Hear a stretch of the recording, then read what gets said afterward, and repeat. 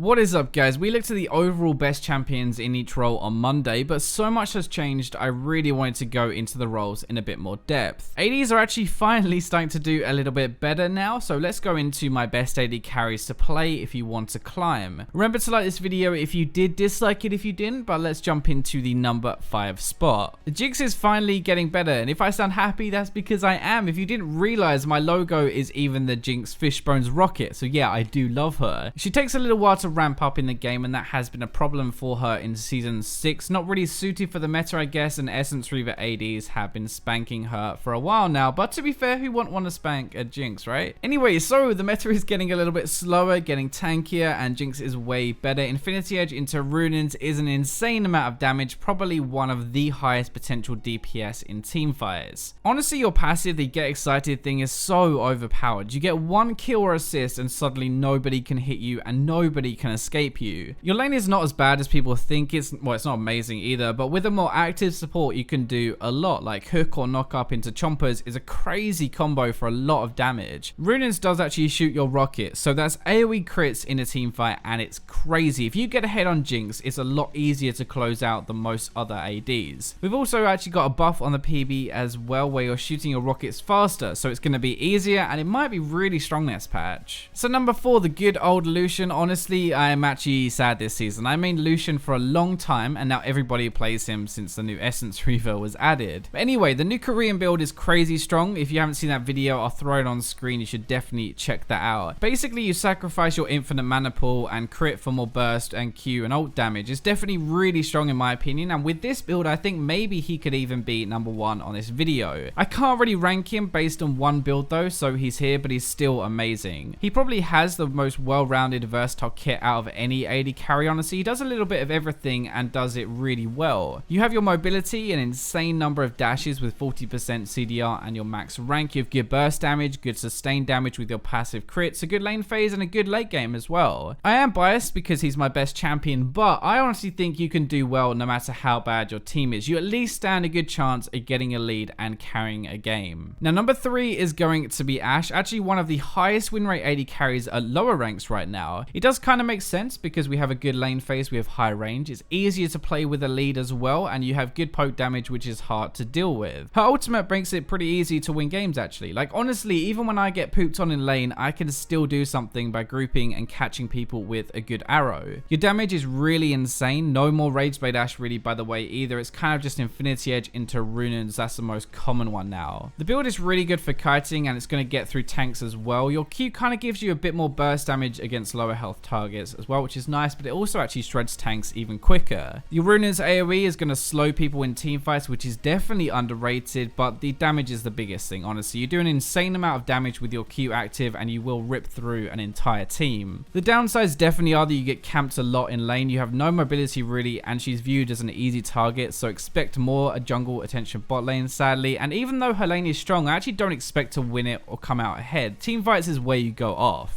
So the silver medal is for Sivir, just so well rounded. High elo players have a running joke that any idiot can play Sivir, and sadly it's kind of true. You can lose your lane really hard, but all you have to do in fights is press R, press W, and you can get so much work done. In the lane phase, if all else fails, if you're starting to lose, just push, push, push. They can't trade because they are trying to CS and push too, so it's basically a free lane. You're often going to get ganked for as well, like your jungler will come down more because your ultimate is a really easy way in, and poke damage is really high, so you can kind of poke them down before that happens. The W ricochet critting is 100% the reason she is still top tier. If they removed that again, she'd definitely fall off. It is stupid how much damage she can do to everyone. You can hit the enemy AD by just hitting their tank and it bouncing the entire way through the team. You actually have some safety with your spell shield and ultimate speed up. You're going to do damage to squishy and tanky targets, which is nice, and you do abuse Essence Reaver really well. You have your W uptime more because you have more CDR, and overall you're easy to play but high impact.